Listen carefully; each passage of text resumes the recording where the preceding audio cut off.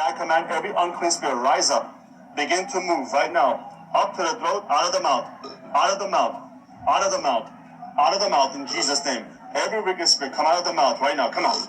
Come out. Come out. All of you right now in Jesus' name. Every wicked spirit, go right now. Out. Out. Out. Out. So what was happening as we were praying? What did you feel?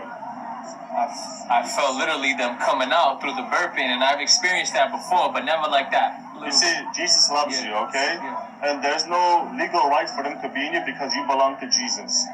The Holy Spirit is the only spirit that will reside within you. Amen? And you need to be filled with the Holy Spirit and walk after Jesus, and your life is going to continue to be transformed.